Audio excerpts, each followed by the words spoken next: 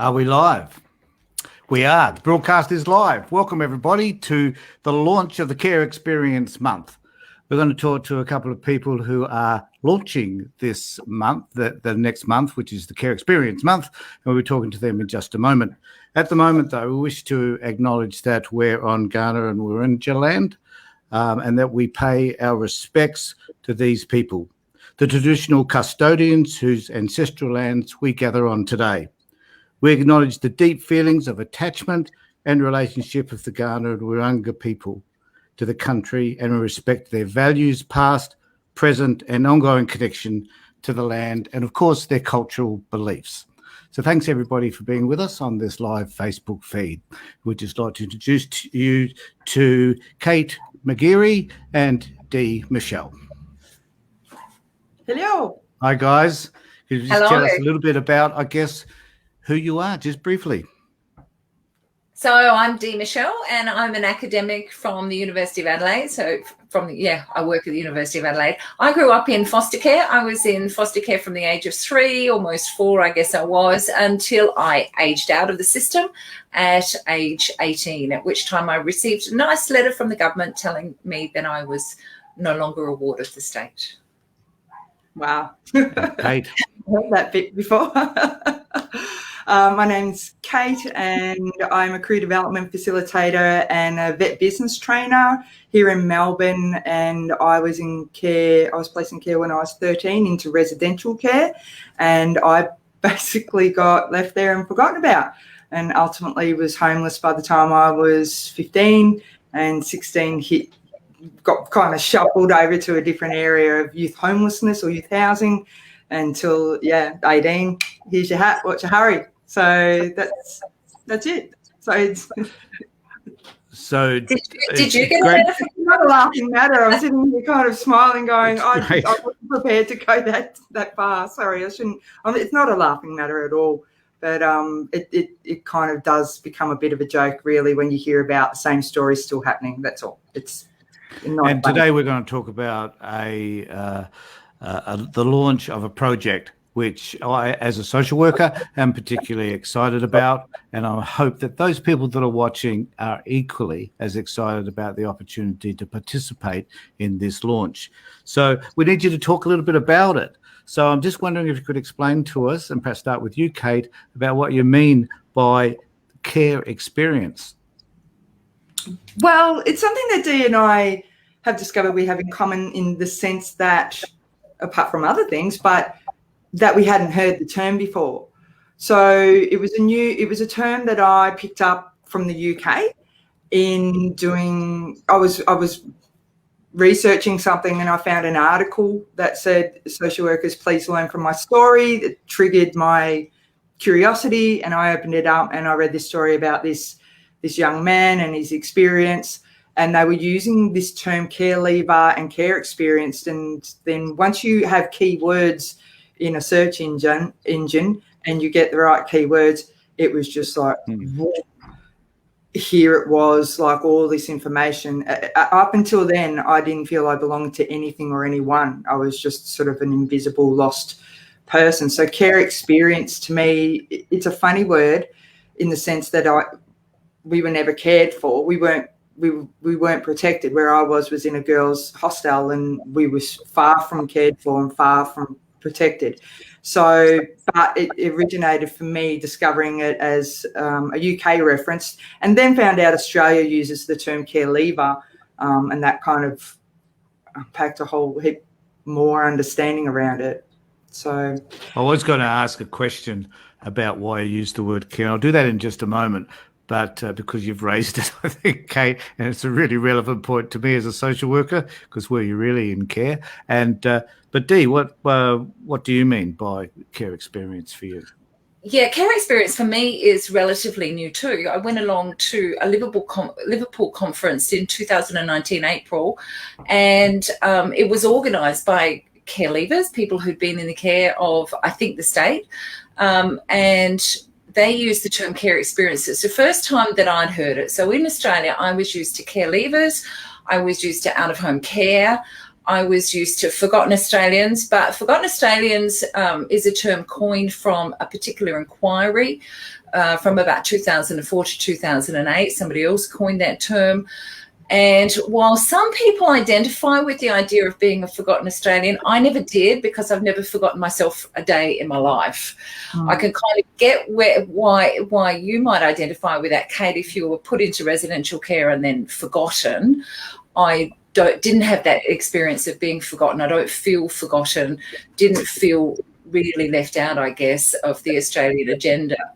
But what I liked about care experience, apart from this fraught word care, was the idea that the experience never leaves you. So when I think about care leaver, well, yeah, sure. As I said, I got a letter from the government. They wouldn't have used the word care leaver then, but that's what they meant. You've left care. But that experience of being in foster care has never left me. There's still residual. It never leaves you. Yeah, exactly. Whatever you want to call it, it wasn't that. Yeah, and I think for anybody watching that may or watch this at a later time, watch the recording, and still wonder what is this term? They're children under the age of, is it 16 in Australia or 14 in Australia? There's an age that they've had an experience in foster care, 18, in care. Because there's different definitions across the world, but we'll get to that later on. But there's so foster care, which is a large majority, but there's also a percentage of kin care, so children who don't live with their parents, they may live with an extended family member or friend of the family. There's adoption, which in Australia is not inclusive, but it can be overseas. It's children who are adopted out. Obviously, here in Australia, it's our stolen generations as well. We've got kids that are placed in residential care, but then that's a small percentage, but some big issues going on in there. Who might I be missing here? And also people who are child migrants, former child migrants. So they were shipped out to Australia prior to the Second World War, but many afterwards for a number of years. And that was under the auspices of both the UK government and the Australian government. And they shipped out the poorest children who were often in orphanages and children's homes. They might still have had parents, but they were often told that they didn't have parents as well. So we've got a number of them as well. So, yeah, would include those as well. The other reason why I like the idea of care experience is that we could be inclusive of a whole range of people as well under this kind of broad umbrella, except that many people don't feel cared for, and so that doesn't resonate with them at all, the idea of. And it's a tricky subject. It's a tricky conversation. You know, it really should be about inclusiveness, because there have been people that have had good experiences, and that having been with the right carers has changed their lives. That their bond is stronger than any genetic family that they've had. So we really need to be inclusive of those people as well. It's difficult to label, but where we do have this common experience, not common experience, but this try to think of the word. Because it's a funny thing, because if you identify yourself as care experienced with another person, if they know what it is that you're referring to, more often than not, you don't even have to unpack your story. There's this instant connection because you've got this common experience. Not common. Why am I missing this word? I think what you're trying to say, Kate, is that everybody might have an experience where they're removed, or these people have an experience where they're removed from their biological families. That's it. It doesn't mean that every one of those experiences is a bad experience. Certainly it doesn't mean that every one of those experiences is the same experience. Yeah, exactly. Yeah. So, but we do want to include, with this particular month, we want to make sure that we're including everyone. And Dee and I are not coming from an institution or an organisation or anything like that. We're just two care experienced women who are passionate about, raising awareness in the profile of this. This amazing, some of the stories that you hear are just phenomenal. I just want to say that often when people think about people being removed from their biological families, that they think about the state doing that. It's not always the state doing it. Often it's family members doing that, organising that themselves for various reasons, including that they don't want the state to remove the children. So we have an inclusivity around that as well. If you've been removed because your grandmother's done it and not the state, you're still included in that care experience category as far as we're concerned. So I guess one of the questions here is who it doesn't include. Who does it preclude? The notion around care experience. Who does it preclude? It's a good question.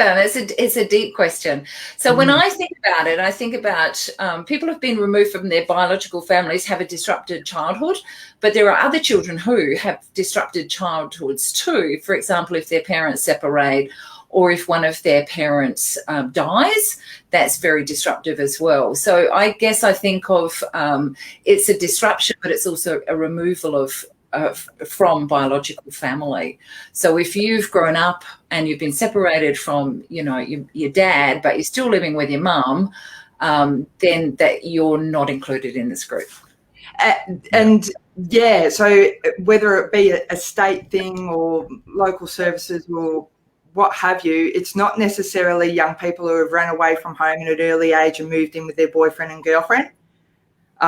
It's usually when there's social services involved, there are case workers that are there supposedly controlling your next move, where if you are out of line, the police are going to be called, and this was my experience. If you're out of line, we're calling the cops and you're getting a tour of Win Leighton, and if you keep pushing buttons, that's where we're putting you. You are being put places, as opposed to in my life, because I've always shared the story in my work.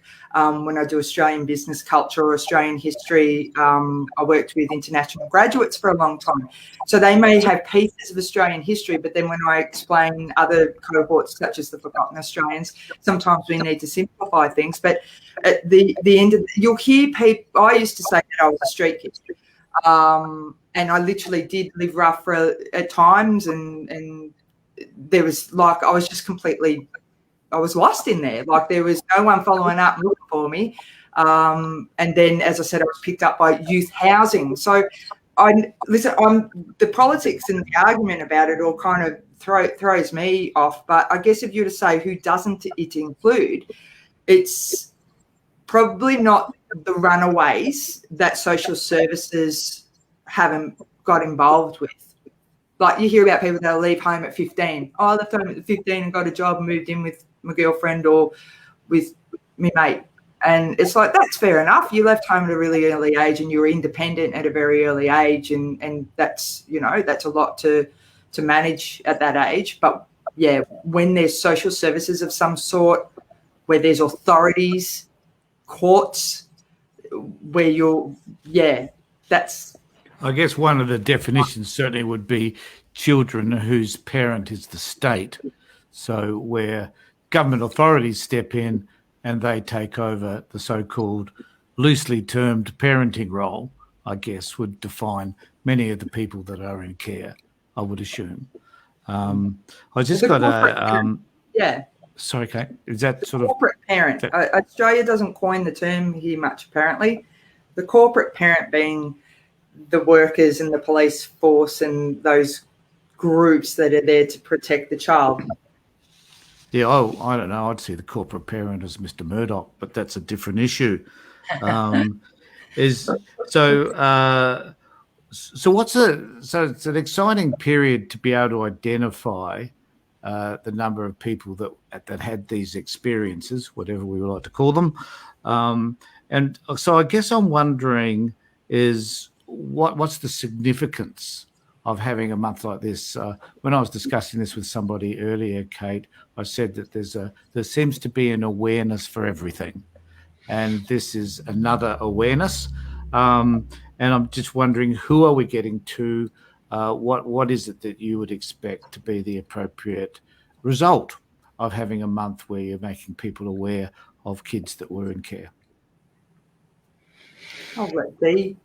Yeah, I'll go first. Okay. All right. For me, it's twofold. I'm very much aware that young children in the state care, whether corporate parent, federal government, or guardian, the legal guardian of the children is the state. I'm very much aware that those children and young people are often quite stigmatised.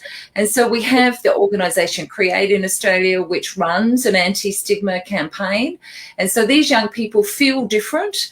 They're often not much is expected of them, and they'll get told that by some carers who say, you're not going to amount to very much, and they don't get suggestions about going on to tertiary education. They're expected to finish school or not even finish school.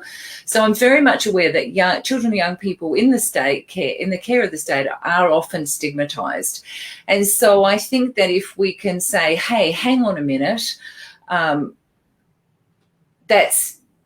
that may be your experience, but there are a whole range of people who've gone on and lived fabulous lives, from ordinary lives to very prominent public lives, who've been in out-of-home care in one form or another, either legally or informally through friends and family. So instead of having those low expectations of children, not expecting them to amount very much, part of my thinking is that we need to elevate expectations and say, well, if you've been a kid in the care of the state, or you've had disrupted childhood, that's no reason to think that you can't have the sort of successful life that you want to have. So I want to change expectations of kids in the care of the state, but also the general Australian population, who, when I tell them some of the stories of people I know who were in the care of the state, like David Bartlett, who was the Premier of Tasmania at one time, they go, oh my God, I didn't know that. But he was in foster care his entire life.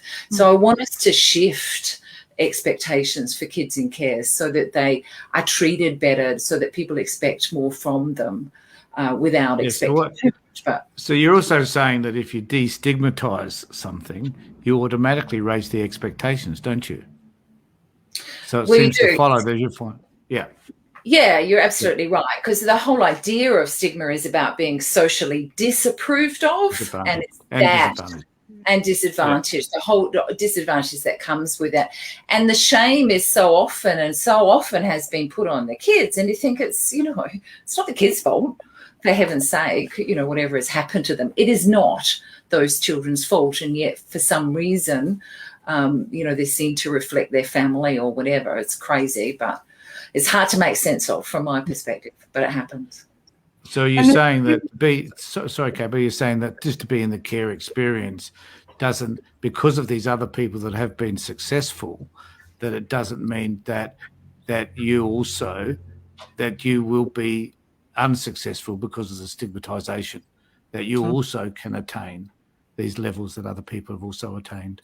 If you want to, you can do whatever you want to do, but you don't. But you're not going to be limited. The idea is not to be limited by general expectations that you're going to end up in prison or never do what you want to do. Yeah. Because reports will show you, like, this is where I jump on board. Like, as we've identified, Dee and I, it's only been the last few years that we've been aware of certain terms. And it just sort of all rolled out in front of me. So I started reading almost every report I could get my hands on once I knew what the right word was. And it was disappointing. It was triggering. It was shocking that you had something like 39% of female detainees in prisons were care experienced or had experience out of home care. There was girls that were, by the age of 19, had at least one child. Which significantly impacting their employment and education. And the more I read, I felt like I was reading the same report over and over from different decades. And I'm just thinking, this is crazy, because it's almost like whether it's organisations or people that sort of speak for the voice of, young care people, it's almost like rinse and repeat. Now, getting back to sort of who it includes, it's where it stops. We stop being identified at 25.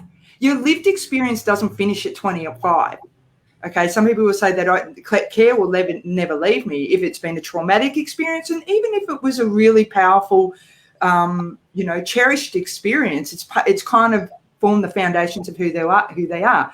But one of the things that, excuse my language, but pisses me off the most is when you try to sort of identify the reports, they'll say, we can't find people over this age. Okay. And I'm sitting there going, well, you didn't come and ask me. Like, and I put my hand up, but they're like, oh no, if you're over 25, we don't want to hear what you have to say about it. It's like, we can contribute here. So overseas, they've been doing care reviews and they've been identifying care experienced people of all ages and embracing them and raising voices. So one of the things I talk about in my 3 R's, we need to raise awareness of that we are a cohort of people and we really deserve to have equity within the community because we do come with a lot of disadvantages. Now, there's a lot of negative narration around it. So things like the most vulnerable people and are likely to not do this. And people are reading that, like care experienced people are reading that and saying, well, I don't stand half a chance if I don't get the support I need or get the right marks I need or work things out. The second is removing stigma and the stereotype, because a lot of people will go, oh, I'm really sorry that happened to you. Screw pity. Pity don't work for nobody. Identify that person, go, oh, wow. If that person is an adult, they're 30, 40, 50 and saying they're not sort of dumping on you their pain, they're just identifying themselves as being part of that cohort. Don't turn around and say, oh, oh, wow, that must have been really hard. You turn around and say, respect. But look, like where are you from? What was your experience? And I have people, when I identify myself, turn around and say, my mum was in foster care. My mum grew up in foster care. And then she disappeared when I was a kid, or I was in care.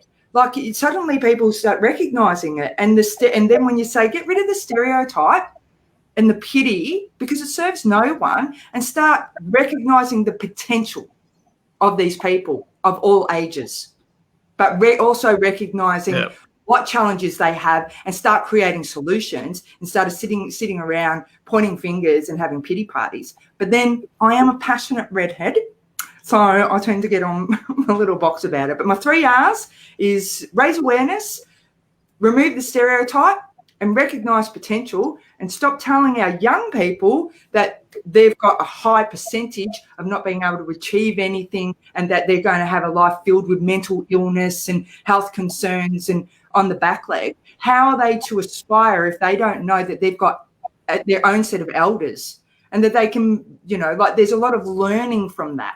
So I'll calm my farm now, Tony T, and let you ask the next. Okay. Well, I don't see why you need to. I think the enthusiasm and passion is evident and is a good thing. So, but why Dee and I are a team on this thing. She's diplomatic and calm. I learned so much from Dee. Knowing that Dee is care experience, here's a classic example of the significance of this month. I personally, where I felt like I was alone, who were my role models? What has happened? How is history repeating itself? I need understanding. And then the likes of Dee Michelle, the universe puts Dee Michelle in my life, and we're sitting here in this project together.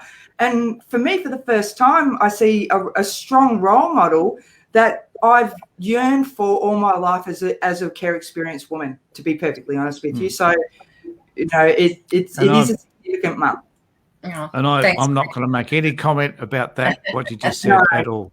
But you did raise an interesting point about the numbers of people that may be affected.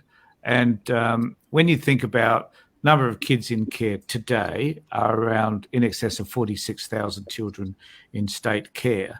And we extrapolate that, so the kids exiting care every day, in fact, but because they're turning 18 generally, or being returned to their parents rarely. But if you extrapolate that over, say 60 or 70 years, that means there's a lot of people out there that had this care experience, isn't it?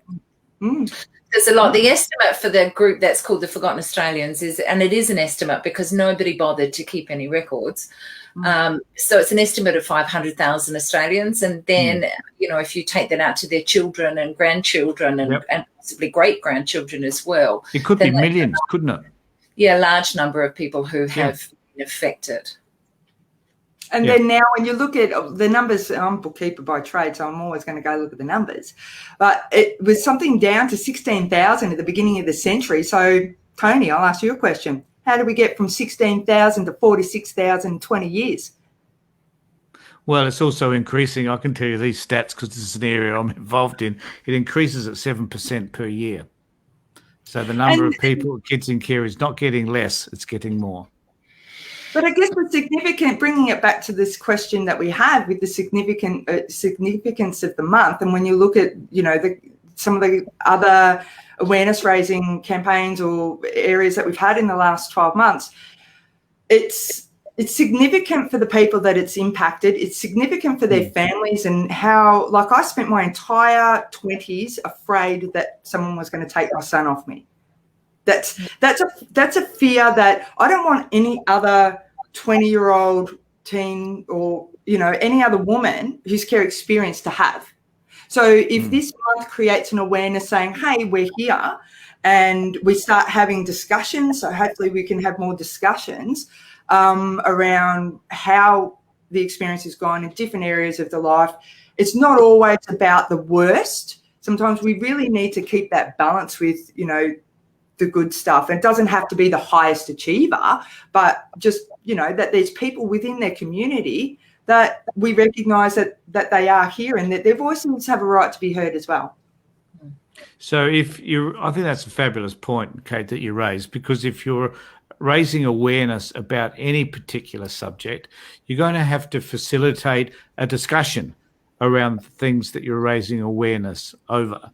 So how do you facilitate that aspect of the awareness process whereby you're going to encourage people to think about their experiences and what they were like for them? For some of those people, it'll be traumatic. For others, it'll be something they've talked about for some time.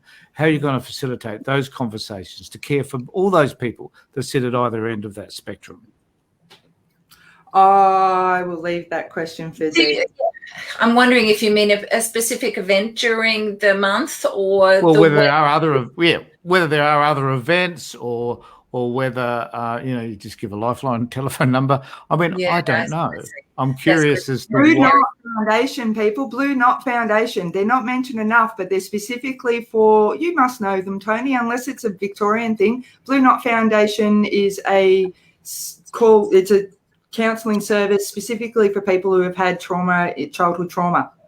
So they specialise in that area rather than the generic. I'm not taking away from the lifelines and all that, but if it is in regards to, I don't know of Blue Knot, but I'm always the first to admit, Kate, I don't know everything.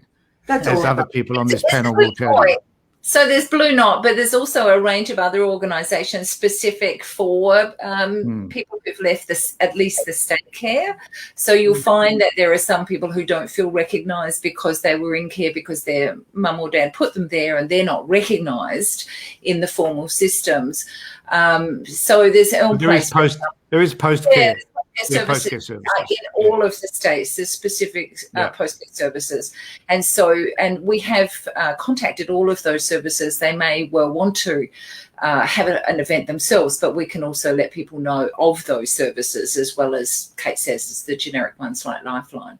It's difficult. I mean, in terms of our attitude is very much to be inclusive and to listen to all of those stories, regardless of whether they fit a box of bad or good or in between, and very often those stories are a mixed bag anyway. So certainly our attitude is to be respectful and to listen to the variety of stories, including to those people who I guess don't feel included just because we've used this weird UK generated term care experience. So there might be some people who don't feel included because we've used that term as well. But I should say it's the first time we've run this month, and who knows, maybe people in Australia will pick it up and do their own thing in future and call it something else, like Care Leaver History Month or something like that. I don't know, but it's a possibility. And I guess if you're running something for the first time, sorry, Kate, sorry.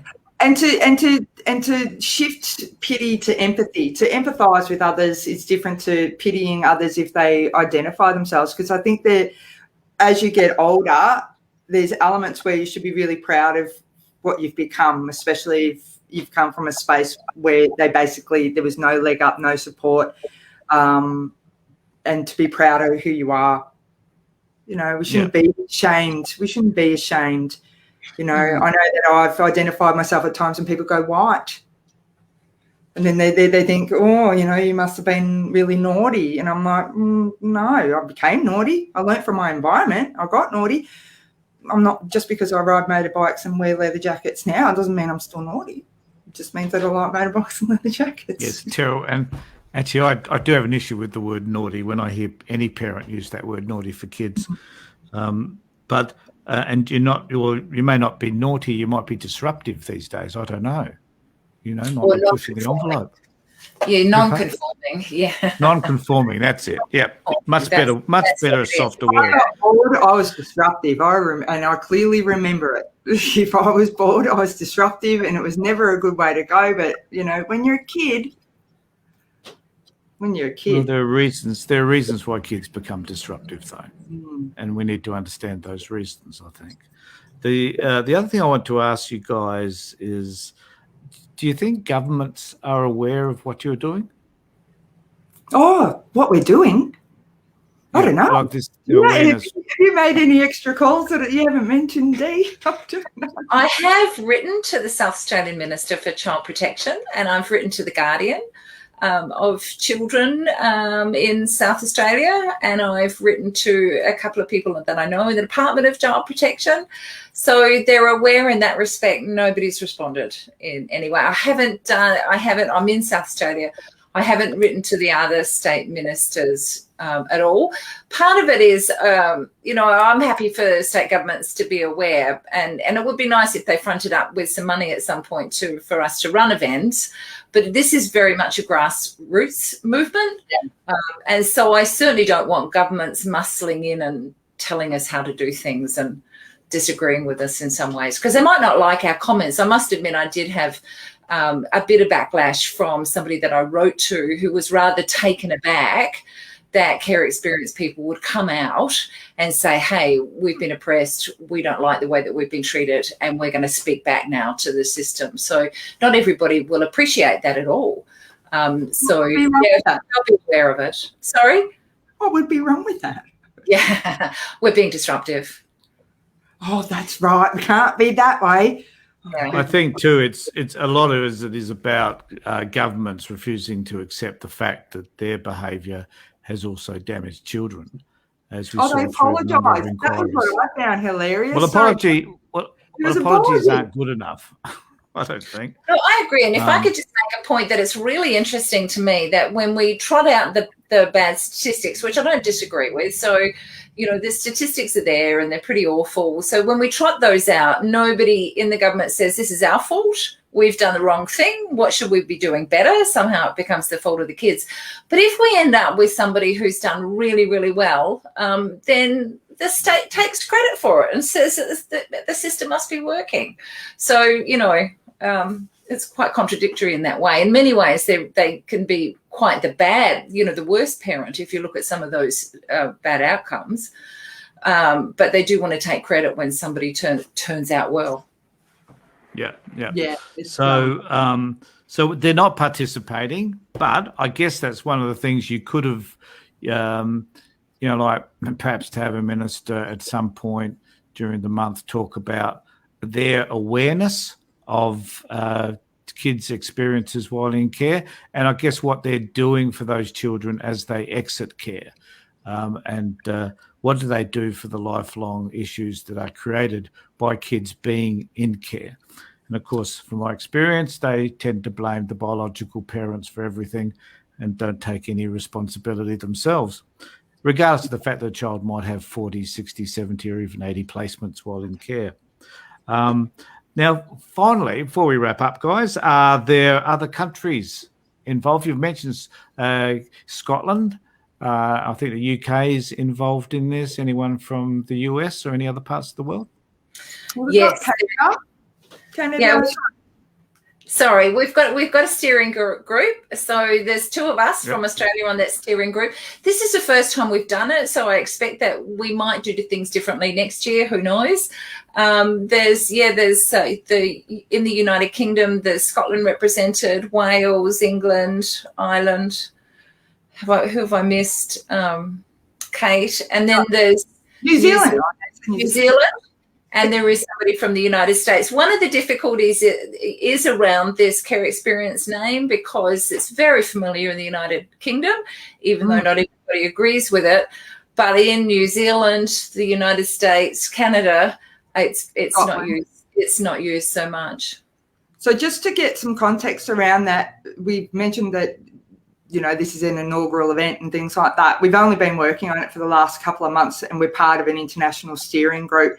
It was actually an initiative that was put out there by an organisation in Scotland called Who Cares Scotland, and they reached out globally and said we want to have an awareness month. And obviously Dee and I have been one of many that have thrown our, you know, interest in. And they've formed a steering group in that sense from an international level. There is a lot more going on over in Scotland and England because they've had a lot of reviews. They've had the Scottish review that actually generated, they're implementing the recommendations that they came up after their review, and it took about 3 years. They spent years doing this review, and it was a really big thing, and it's really inspirational what they have done in their country when it comes to recognising and supporting care experienced people. And they talk about a lifelong respect and love for care experienced people. The UK are now going into review mode and following suit. And again, even all of their universities, they recognise care experienced people as they call it a character group over there. We would call it a character group or an equity group. We're not recognised as an equity group as yet. Although the government, if you go into some of their websites, they do identify us as a people. I've found government websites, Australian government websites, where it's like they clearly identify who we are, but no legislations recognise us or anything like that. So if we identify ourselves, we can be discriminated against by the medical professions, by employers, you know, if they know that, you know, even HR wouldn't recognise us if we had a moment, or I worked in a government organisation and they were having a white ribbon day, and I said I'm not really comfortable with it because of my lived experience. And I just had an awesome manager at the time who said, that's fine, you don't have to participate and we respect your feelings around it. But in a general rule of thumb, education, TAFEs, I'm in the TAFE industry. I've been in the vet industry for over 10 years, but had a bit of a stint with TAFE.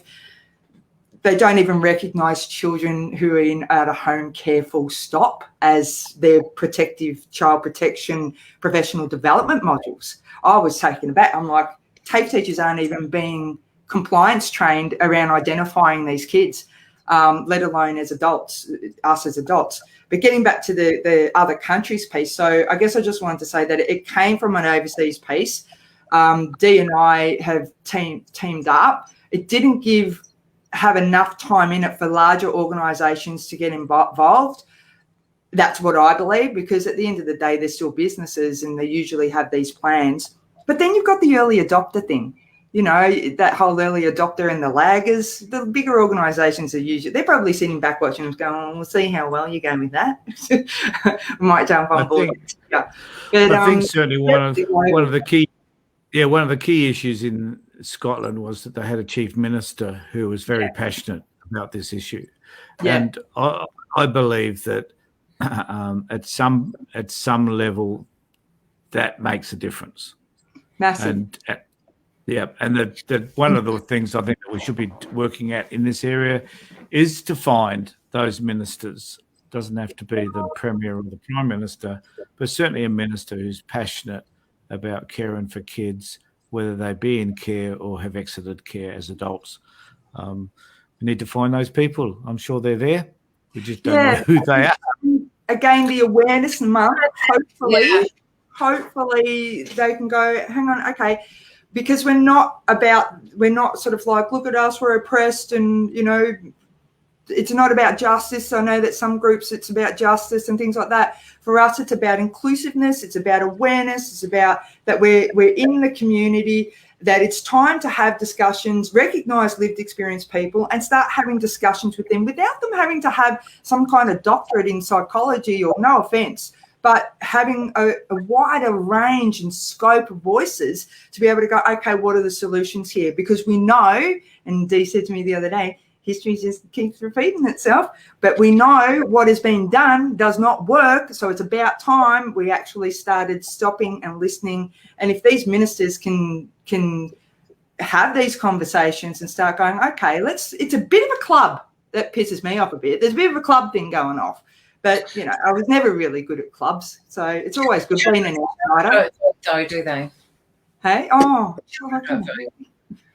So I guess we need to perhaps conclude, but perhaps before we go, if there's one final word that both of you, either of you, or both of you, would like to give to those people that get to view this feed. We've got a symposium happening on the 15th of April, and there'll be a range of people, both care experienced and not, talking about the sector. And so we'd love to invite anybody along to that. That's an open session. We'd also be really interested to hear from you if you know of people that we could nominate and put forward as somebody who is care experienced, and, you know, they might have just lived a really good life and looked after their children really, really well. And you think, hey, that's a fantastic role model, and nobody knows about that story. We'd really like to hear about that so that we can do some promotion of people throughout the month who are care experienced, and they don't have to be public figures. They can just be ordinary people like you and me. And we'd still like to how would they contact you? Contact us via email would be great. And I think Kate's organising our email address there. Oh, well done, Kate. That's brilliant. That's beautiful. Yeah. Yes. Very stylish. But there are other activities. I am aware of the time, but just to come back to the activities piece, I've been looking at having an open discussion roundtable type online roundtable, just small ones, to have those discussions and talk about different areas of life with care experienced people. So again, our email is there. Because we do get, our voice seems to be drowned underneath some of the organisations and the researchers and things like that. All due respect, you know, you're doing what you're doing, and that's great. But I think having these conversations with lived experienced people and the realities of, you know, what works and what doesn't work, and how they went about getting past some of these challenges, because it certainly wasn't social welfare services that helped out. We've got a cross-stitch group somewhere. There's just, if people can reach out if they want ideas, or we're going to post things on our Facebook page. So if they want to reshare, if they like things, our hashtags are, as you would see below. Doesn't sound out like any real word, but we're CEHMAU, which is the AU chapter. We're going to have different posts going out there. Dee is just like the content queen. I'm the techie in the background that's always sort of like playing around and setting things up. But yeah, and there's a Memorial Month that's going to be a global day, even though there'll be time zone differences. From what I believe, it'll be around the end of the month. And I've been looking at designing like maybe a ribbon that people could temporarily post on some of their social profiles with our hashtag, just to sort of in solidarity, to identify that they are aware and that they're there. And maybe this is the beginning of something that can really, you know, let's not see a repeat of the forgotten Australians in the 21st century. And let's hope that next month there'll be, hopefully, more of these types of events and discussions, perhaps with people around the world about the things that they're doing about recognising those people who have been nominated as guardians of the state. It's another way of putting it. Still don't like that word, care. Okay. Thanks, guys. And thanks, Kate, very much for organising all of this. You're the one in control, so you do what you need to do. The opportunity to play with my geeky things. That's it. Okay. Take care, everybody. Bye. Okay. Thank you. Thanks. Yeah.